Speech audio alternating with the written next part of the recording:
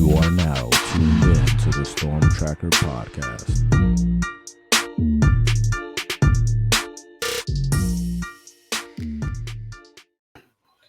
Welcome back to the Storm Tracker podcast. I'm Marcus Benjamin, representing for CanesCounty.com, part of the Rivals.com network. And make sure you follow this podcast on all platforms. Today, I have Larry Blustein, longtime South Florida reporter, joining me today. Thanks for joining me today on a Wednesday, Blue. Good stuff. Thanks, Marcus. Appreciate it. Always. So you were at the state championship last week, and some great games throughout the weekend. A lot of great players, a lot of Miami commits and targets showing up throughout the weekend. I think every game was kind of a close game, except for Chaminade blowing the doors off of Clearwater Central Catholic. I think we all kind of expected that one, but just overall, what were your thoughts of the Miami commits or targets, and who really kind of stood out to you over the weekend among those type of players? Well, obviously Miami is hooked in with a lot of these kids, and I even, seeing a couple of the coaches up there, Coach Mirabal, who came up to watch Deryc Plazz from Mandarin, who is a commit and a solid commit, and he's one of those guys that's already trying to help Miami bring in players. Yeah. He and Daylen Russell, who will be teammates, went up against each other a couple of times. Yeah, how was that matchup? It was good. I mean, the whole thing is Mirabal, being an offensive guy, and we were standing next to each other. He goes, "Oh, my offensive lineman is getting the better of him." And I don't know. It was pretty close. I think Daylen Russell has probably bypassed a lot of people this year. And a lot of people hadn't, never watched him play or heard much about him before this year. And I think the more you saw him, and I was fortunate in the last 3 weeks to see him 3 different games. Saw him 5 times during the year, and he always impressed me. And certainly having him there, a couple of future, the Bryce Fitzgerald kid who's a junior. And, I was trying to tell everybody, you got to watch out for this guy, because last year he had 9 picks at Berlin, one of the top basketball prospects. Now he moved over there this year and had 8 more picks, and dominating type of guy. So he's already on Miami's radar, for the future. Kind of wish Miami got in on Benji Blackburn a little bit earlier. I mean, this kid's a massive 6'6", 250-pound tight end, runs extremely well. Got a 5.3 GPA too, but he's going to Stanford. I know Miami tried at the end as far as that's concerned. Chaminade, what else can you say? Zaquan is a beast at safety. He's going to come in, and I think that he's going to compete for playing time right away, rightfully so. He's got the size, got the demeanor, got like a sponge of a brain who drinks in everything. We also know Joshisa Trader, who's at a whole different level. People talk about JJ Jeremiah, but you know what? Josiah's got to be mentioned right in that conversation, because he does some really good things, not only as a receiver, but we saw him a couple years ago in the state championship game when he played at Central, played 1 play on defense against Merritt Island, and he returned the ball at 90 yards for a touchdown. Yeah, I definitely remember that. Big time talented kid, has an opportunity to be, a pretty special football talent down here, especially with Miami's woes at wide receiver. And then, Kobe Young leaves, and Miami's still looking for, that wide receiver 1 type of guy. And listen, he's going to battle from the day he gets in there. It's hard to deny what the kid brings to the table. And from the standpoint of, who Miami's getting and who they have an opportunity to get, there were some really good teams up there, as you mentioned. And the Columbus final against Mandarin and St. Thomas and Homestead. Got to give Homestead a lot of props. I'll tell you, they're loaded. I mean, Ronnie Thornton took over this year. You got to remember, and from Phil Simpson, and And a lot of people were doubting him because they barely got over Miramar in the playoffs, only by 4 points. They only beat Southridge by 2, but then they came up 2 weeks ago and beat a really good Jones team. And, they fell behind against St. Thomas. I mean, who doesn't? But they never stopped. They never stopped coming. And, Isaac Brown, who's, to me, one of the best players in the state, between he and the junior Cortez Mills, who will be the Jeremiah Smith of next year. The kid can do everything. Great receiver, runs tremendous patterns. So, and that was it. Chaminade came and played. A lot of talent. Zach Crothers, who's going to Pitt, played a pretty good role for him. So it was a good time. Watched a lot of players that are already committed to Miami, but there's a couple of targets, that you go up there and you see, whether it be the smaller games, like Coco playing against Bradford County.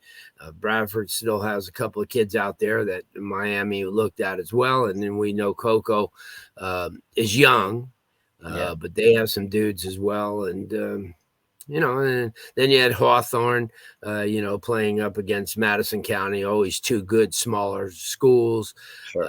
Proximity-wise, they drew the most. I don't think there was any, we were talking to the Bradford County sheriff who escorted the team. And he said, this would be a great night to rob somebody back at home, because I'll tell you what, we have everybody came. They have one of the best attended games, and they're a smaller school. They're right outside of Gainesville, which is couple hours away, but Chaminade didn't. You can't expect, and people were, oh wow, they didn't draw very well, but they're a small school to begin with. It's at 10 o'clock in the morning on a Thursday, right? I mean, how much can you ask of? And they brought a lot of their parents came, and it's a chance of a lifetime. People don't realize that's why it's staggering to see Chaminade up there for a record-breaking 8th consecutive time. Also, taking a look at St. Thomas, winning a 5th consecutive state title. Those are Marcus. Those are beyond, comprehension, because you have teams. You have, Columbus won their second, and there was teams like Central Catholic. It was up there for 2 years in a row, but being up there 8 straight years. I don't care what level you're playing at. That's a whole, and they're 6-2 in that time. And, definitely, you look at dynasties, and St. Thomas and Chaminade are definitely, without hesitation, Florida dynasties right now. Yeah, I would love to see those two teams kind of match up. I haven't really kind of seen those teams match up over the years. I mean, you and I, you've been at this forever. I've been at this for a little while, and I haven't seen those two teams match up ever. And right now, they're clearly above the rest at this point. We all know Central. Yeah. Well, I think it's coming, because this is always going to be there, but love to see those two teams match up. Well, I think it's coming because now Chaminade's a member of the BCAA, the Broward County Athletic Association, and what their function is to match up teams and make sure that all these teams within their organization have schedules. And I think you're going to see, I think one of the stipulations is that Chaminade and St. Thomas and Cardinal Gibbons play each other at least once every other year. So, and Gibbons has played a pretty tough schedule. They played Chaminade this year. They played American Heritage twice. So I think, St. Thomas is, that's the thing. People don't realize if St. Thomas wasn't a member of the BCAA, who would play them? They wouldn't get Boyd Anderson or, Flanagan or some of those other schools that they played.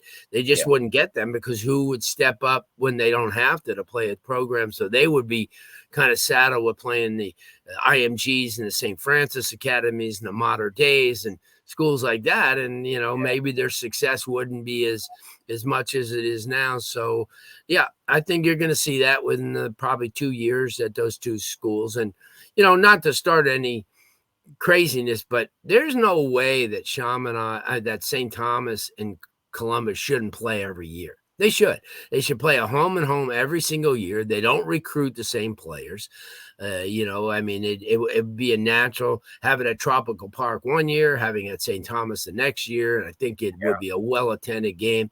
Maybe put it on a Saturday night, where, away from the, local college games. If there's Miami's playing at, noon or 3:00, and you never know in advance, but I think those type of games right there would not only showcase tremendous athletes, but it would showcase our tremendous athletes. Yeah, absolutely. St. Thomas is loaded, obviously, every year, and they're loaded with Miami commits as well. So kind of want to talk a little bit about some of their guys that I saw. I mean, you had OJ Frederick, obviously, who's an outstanding corner. And then you got Chance Robinson, who actually got injured. Seemed like he injured maybe his hamstring earlier in the first drive, but he was actually outstanding on that first drive, put them in scoring position. So obviously excited to see what Chance does. But Miami does have their target on Jordan Lyle, and Jordan Lyle has just been an outstanding talent over the years. He's a running back that I absolutely love.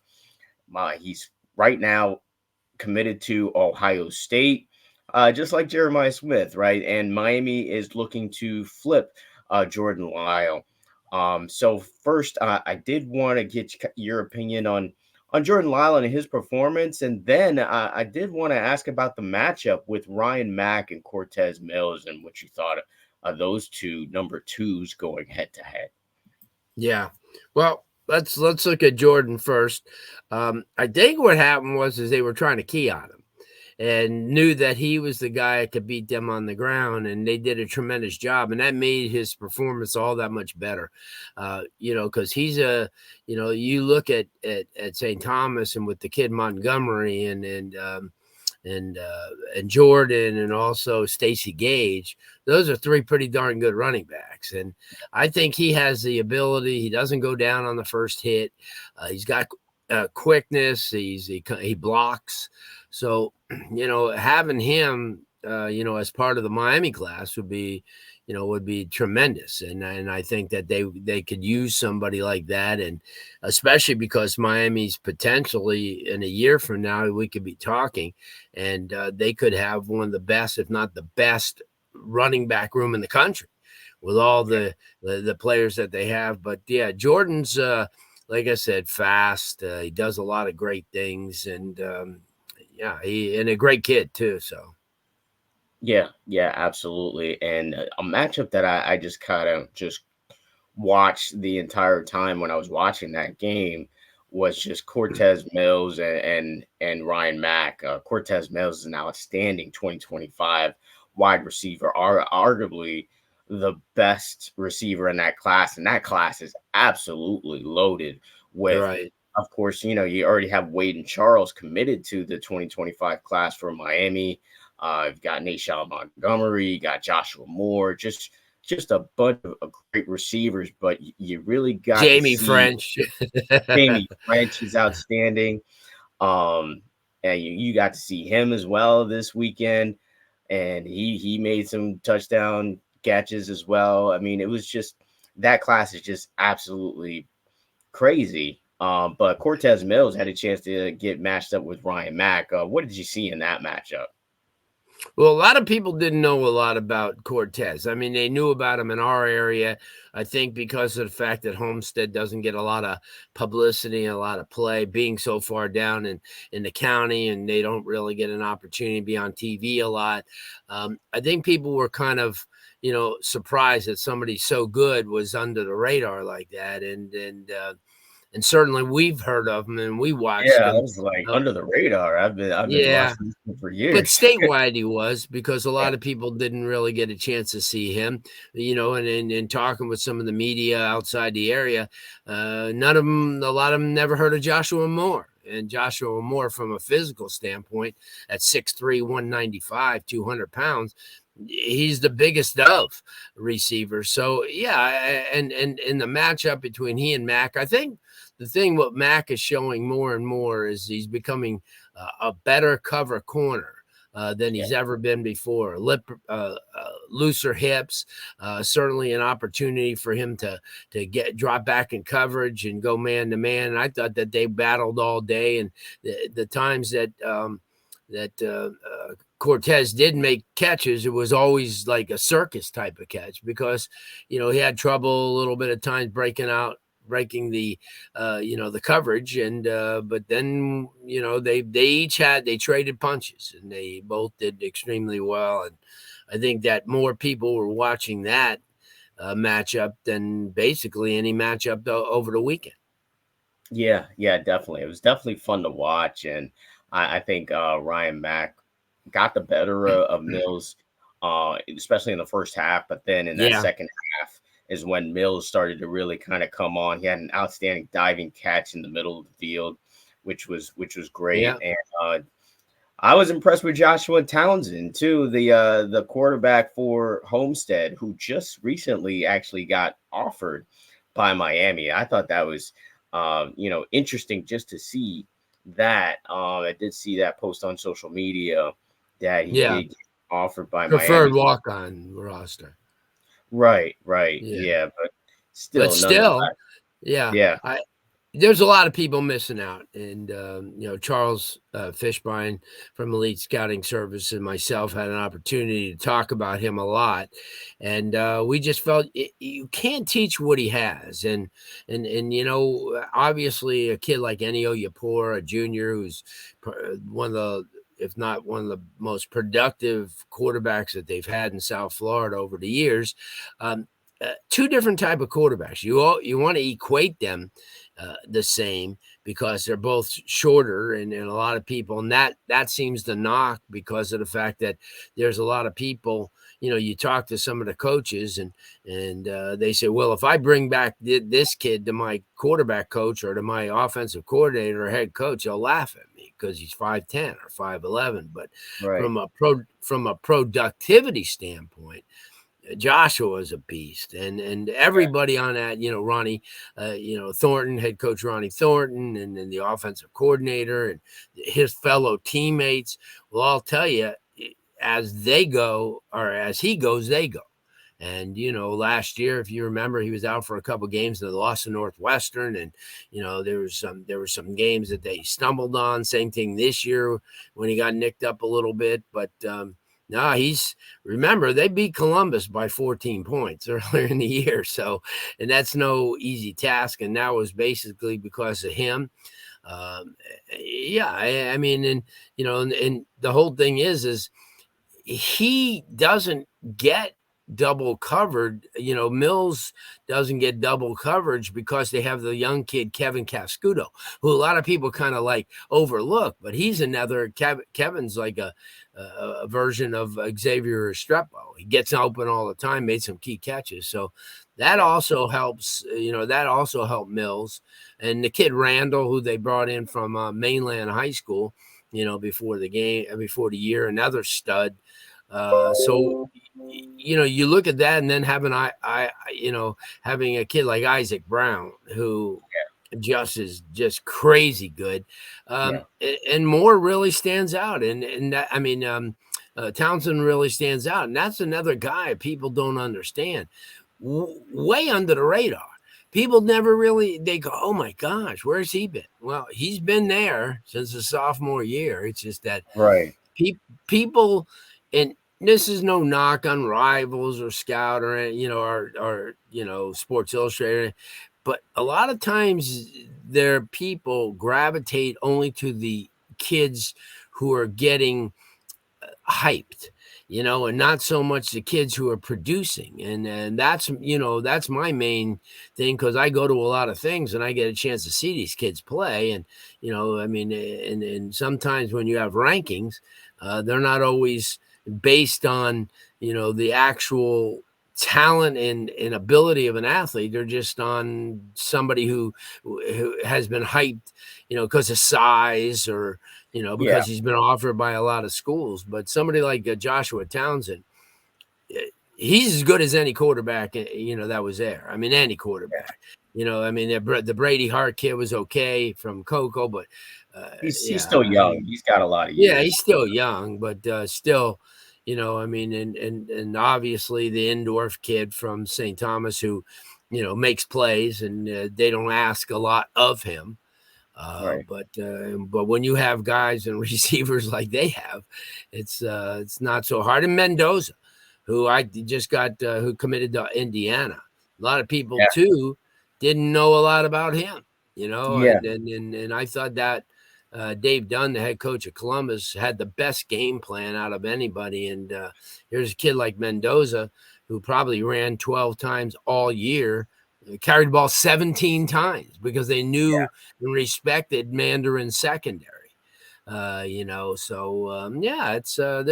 there's some really good guys that hide under the radar, and a lot of the people. And my only suggestion to a lot of these recruiting guys is to open your eyes and see beyond what everybody's trying to hype you with. There's especially in the state of Florida.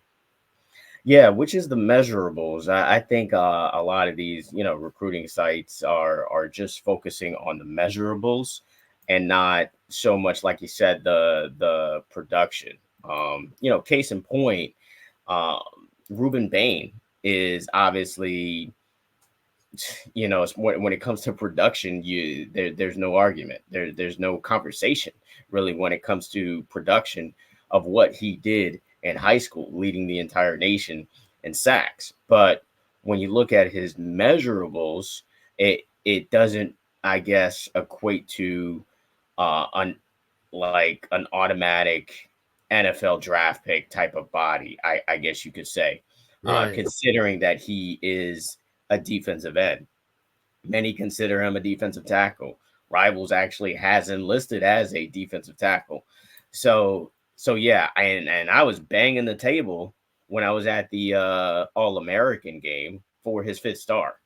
I was like, this guy deserves a 5th star, but of course it's not up to me. But still, but I just kept going off about him, and he had an outstanding camp up there in Orlando at the Under Armour All-American camp. He was dominating on almost every rep. He showed out in the actual game, so I don't know what else he could have possibly done. But he is a case in point of the point that you were trying to make there about these guys that are just productive, like Joshua Townsend. Joshua Townsend, I was blown away by, I want to say maybe 2 years ago at a spring game, and it was against Northwestern. Against Northwestern. That was the game where I was just like, whoa, this kid is really dynamic. He's dynamic running the football.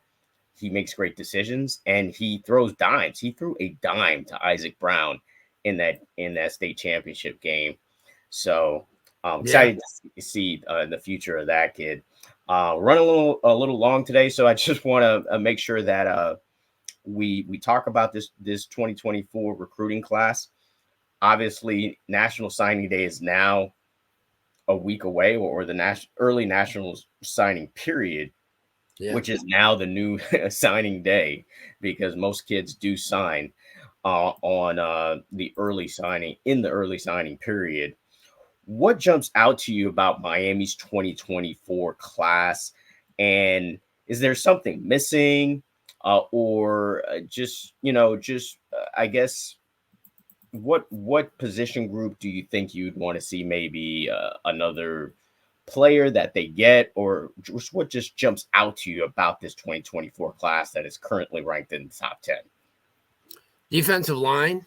Obviously, they understand that in order to be an upper echelon team, you have to have more than Ruben Bain. You have to have more than just a 1 or 2 kids. You look at Alabama or Georgia or Ohio State, and they lose these kids to the NFL, but then they have that type of talent. If you look when Clemson was in the mix with the kid Wilkins Hopkins is with the Dolphins, and some of those other.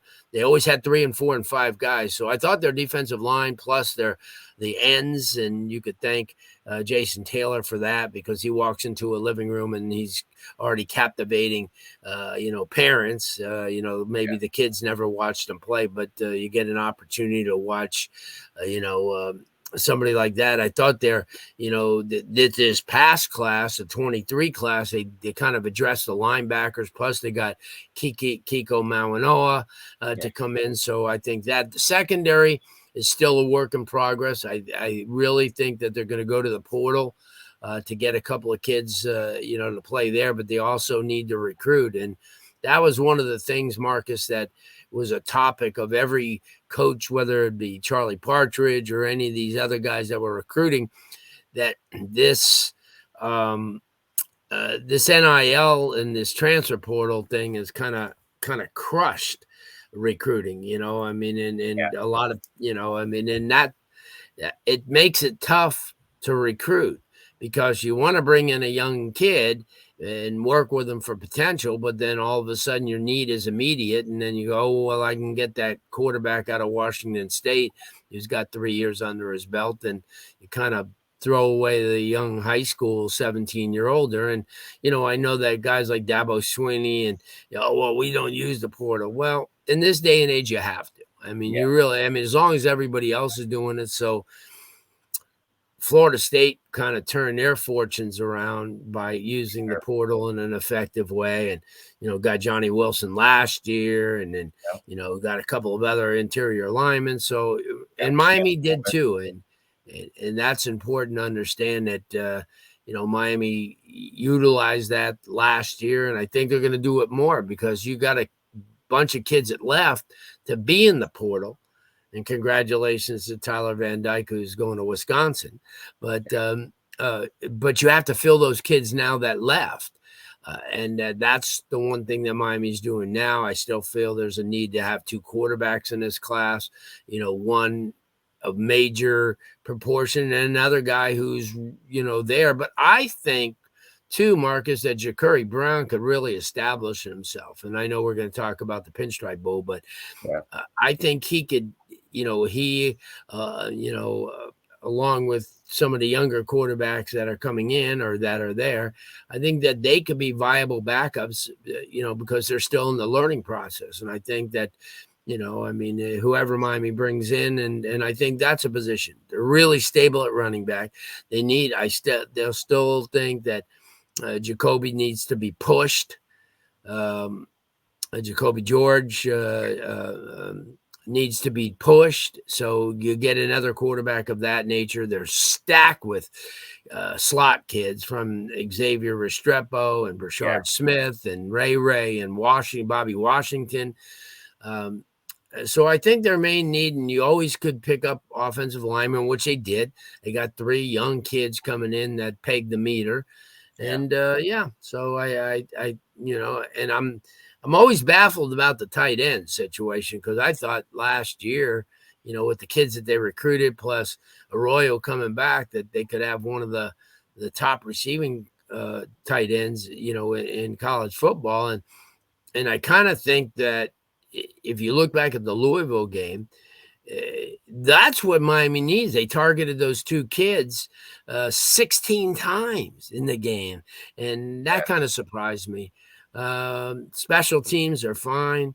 I think that with the kid Chris Johnson coming in and will play a very big role next year as a kick returner, along with Brashard Smith. That makes 2 guys that can take it the distance at any time. So and Daniel Joseph as well. Yeah. Well, you try to. I think what they're going to incorporate is Ray into the rotation a lot more, because you need that speed. And I don't think Miami had total speed this year, but they will next year, because a lot of those guys will step in and make a difference. So I just think you go for depth at certain positions. You lose a guy like Matt Lee, and you lose Javion Cohen, and so you need to have guys who are going to step into their positions, and I think you're going to see a couple of portal kids too. So through the month of January, I think you're going to see this roster even change even more, which is good, which is positive. Yeah, absolutely. When it comes to the offensive line, I'm excited for Samson Okunlola, excited for Tommy Kinsler, Sure. Antonio Tripp. We haven't seen him because of injury. Frankie Tinalau, we haven't seen him because of injury. I think they're pretty stacked on the offensive line. Like you said, I think they just really focused on the defensive line for this cycle. And this defensive line haul, you could argue, is the best in the entire history of the school. I kind of did some research since 2002. Since Rivals was started tracking this, and yeah, well, when you look back at sheer numbers and just the amount of star power that you have bringing in, it's second to none right now. If they're able to hold all 8 guys, yeah, I agree. I think defensive back is probably the one concern, and you need maybe a big play receiver at this point to couple with maybe Isaiah Horton now that Kobe Young has entered the transfer portal. So interested to see what they will do going forward in this transfer portal. But yeah, Jacurri Brown is an interesting aspect of this Pinstripe Bowl. Yeah. Miami will play Rutgers in the Bronx at Yankee Stadium. Are you a Yankee fan by any chance, or no? No, I'm a Met fan, actually. You're a Met fan. Okay. I actually like the Mets too back in the day. We probably talked about this before. Yeah. But yeah, I love I grew up watching the era of, Dwight Gooden, Darryl Strawberry, Gary Carter, Howard Johnson. Yeah, there you go. The 86 team. Yeah, David Cone, Julio Franco. Like, wow, look at you. Yeah, those are the guys that I used to watch, and the Yankees were terrible in those days. Yeah. So yeah, I was actually a big Met fan as well. But excited to see these two coaches kind of go against each other. You got Schiano and Cristobal, who obviously know each other very well. Cristobal talked about Schiano being a mentor to him and one of the best mentors. He really kind of sprung his career. But this game is really all about Jacurri Brown and what he can do in this game. Is it going to be maybe a showcase for him for another team? Or is he really going to make his case to stay with the team? What intrigues you most about this Pinstripe Bowl? Well, as you mentioned, I think Jacurri stays. I think he's really comfortable here, and he understands that to be a starting quarterback at the Power 5 level, you have to have more experience. You have to have games under your belt, and I think that this is kind of the game that's going to show how much he's progressed. And obviously didn't play. But I think that the preparation and his ability and Mario Cristobal likes the guy a lot. He talks very highly of him as a person and as somebody who's willing to be a worker, and obviously going up against a Rutgers team where you're going to expect, you already mentioned they're playing in a historical stadium, whether it be baseball or football, but it's something different. Gives them an opportunity to go up there. And you remember this, Miami's got a lot of fans in the Northeast. It showed at the Boston College game this year where they were loaded with people. So, and Rutgers is an hour away from New York. So, so it should be well attended. It's going to be one of those games that obviously, is a good showcase game for Miami for future recruiting. Because they're going to get an opportunity to have a lot of kids who are from Jersey and, New York and Connecticut and some of those areas within a couple of hours of the city come out and maybe go to attend a practice or two or go to the game. And it's beneficial. It's a whole lot better than them going to the Sun Bowl or the Military Bowl.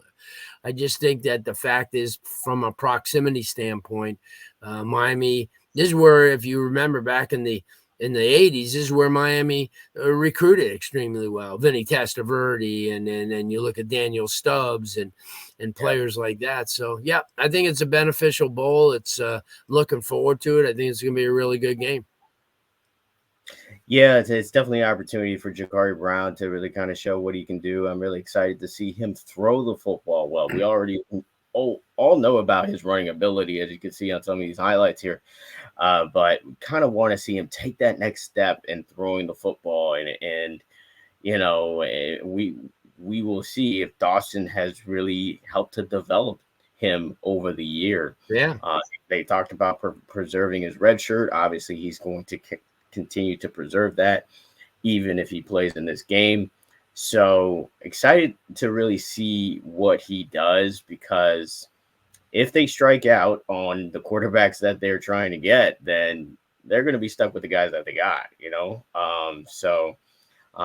this is going to be intriguing, and Rutgers is no slouch of a team. It's going to be a tough game. They're going to have a lot of fans, in the building. So will be very interesting to watch and really kind of see how they play, especially with the transferring out from Miami. So there's going to be opportunities for a lot of other guys to really kind of step in and really show what they can do. All right, so that's going to wrap it up for the Storm Tracker podcast. Larry Blustein joining me today. Thanks again for joining me on this podcast. Hope to see you again soon. Thanks, Marcus. Anytime. All right. Like I said, that's going to wrap it up for the Storm Tracker podcast. Make sure you follow this podcast on all platforms, and also subscribe to the website, canescounty.com, for free. Use the promo code Miami30. Until the next episode.